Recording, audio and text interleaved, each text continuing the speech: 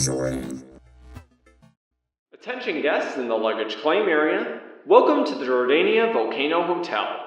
A couple of quick reminders before you approach the elevator towards the lobby. Jordan's Soapbox is a show broadcasted on-site and supported via Patreon. If you would like to support what I do and not cause the country of Jordania economic ruin, consider supporting it for behind-the-scenes access and other rewards. It's recommended to frequent visitors subscribe to the channel and ring the bell for updates whenever new videos are made. Do you want to hang out with your fellow guests? Consider jacking in to the Cyberpunk Jordan Discord, where you can hang out with me and talk about Sonic and Sega stuff, among other things. And now, our elevator shaft will be departing for the lobby area.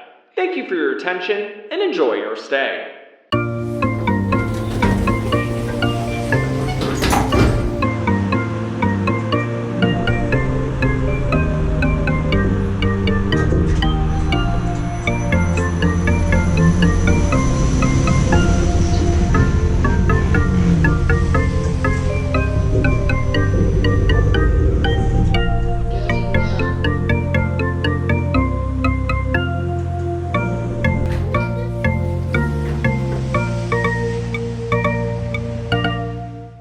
So, Gogs is here on my Discord server and ended up informing me about this topic. I'm unsure where to thank him or send him to a Jordanian gulag.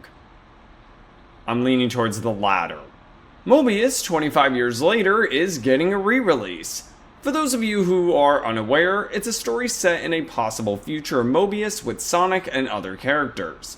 Well, that might sound interesting. Under Ken Penders, it was one of the most boring story arcs of the entire series. It was his magnum opus, but one that failed so spectacularly at taking advantage of an interesting premise, it was forgotten about. When Penders left the comic, Ian Flynn would take a shot at writing the alternate future, which was better to say the least.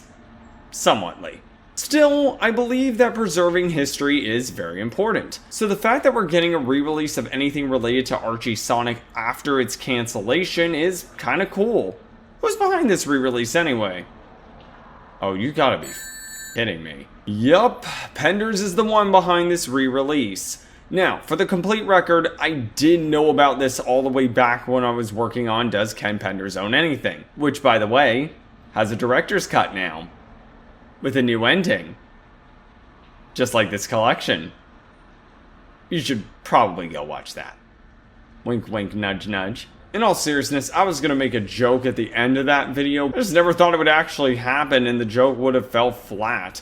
Similar to that NFT thing that Penders was talking about a while ago, which to the best of my knowledge, didn't happen. This collection, called the Lara Su Chronicles, The Beginning, collects the stories from Sonic 131 to, well, I would say Sonic 144, but nope, there's a new ending to tie in with his upcoming The Lara Su Chronicles. It's currently scheduled to be released at Comic-Con in July, with those pre-ordering it arriving sooner according to the Sonic Stadium. So, what do we make of this thing? Is this thing even legal would be my first question. I'm not a lawyer and I'm not saying anything that I say should be constructed as legal advice.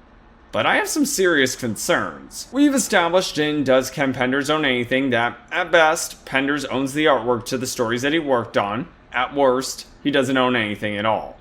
Regardless, these stories feature some characters that are absolutely, indisputably owned by Sega. Sonic, Tails, Knuckles, Sally Acorn, Rotor the Walrus, etc. Unless he sought permission from Sega to re-release it, which I don't believe happened, as Sega would have never probably approved of this thing, he wouldn't have the authorization to re-release it. There's also the matter of other folks who worked on Mobius 25 years later. For example, Prologue, the very first story of Mobius 25 years later, lists Penders as a writer and inker, but there were other contributors such as Jensen on colors and Vicky Williams on lettering.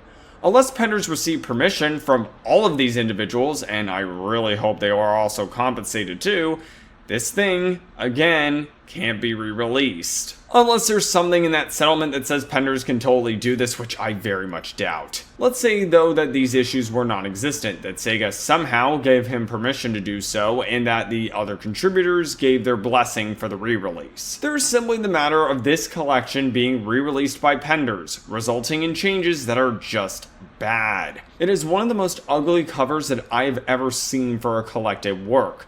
The new ending, which replaces the Die Is Cast from Sonic 144, which means that this thing isn't even a full collection of these stories, will likely be dreadful. And on top of that, it's supporting someone who has an extremely negative impact on Archie Sonic, even to this day with the outcome of the lawsuit and their online behavior. So overall, I do not recommend this re-release. I likely will be purchasing it because I have reasons for doing so in terms of what I do for this channel.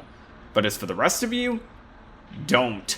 I've seen potential legal issues with it. There's also the matter that purchasing it is supporting someone I just don't believe should be supported. I know it's difficult to find a legal way to read these comics again, and I really hope one day it happens, 100%. But Archie Sonic deserves so much better than this. This ain't it, Chief. Ain't it at all. Go home. Anyway, that's all for this episode of Jordan's Soapbox. Join us next time as I talk about someone that isn't Ken Penders. I promise.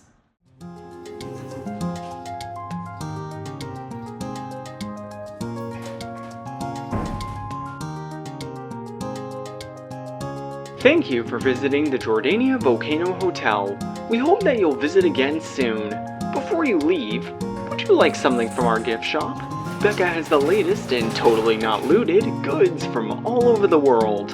One item of note is the subscribe button, coming from the US state of California. It works best when you ring its bell and turn on notifications, so you don't miss an episode of Jordan's Soapbox. We also have a limited edition video that we also think you might like, and a collection of Jordan's Soapbox episodes in a playlist, all for the price of... wait a minute. Free? We're giving this out for free? Becca, we are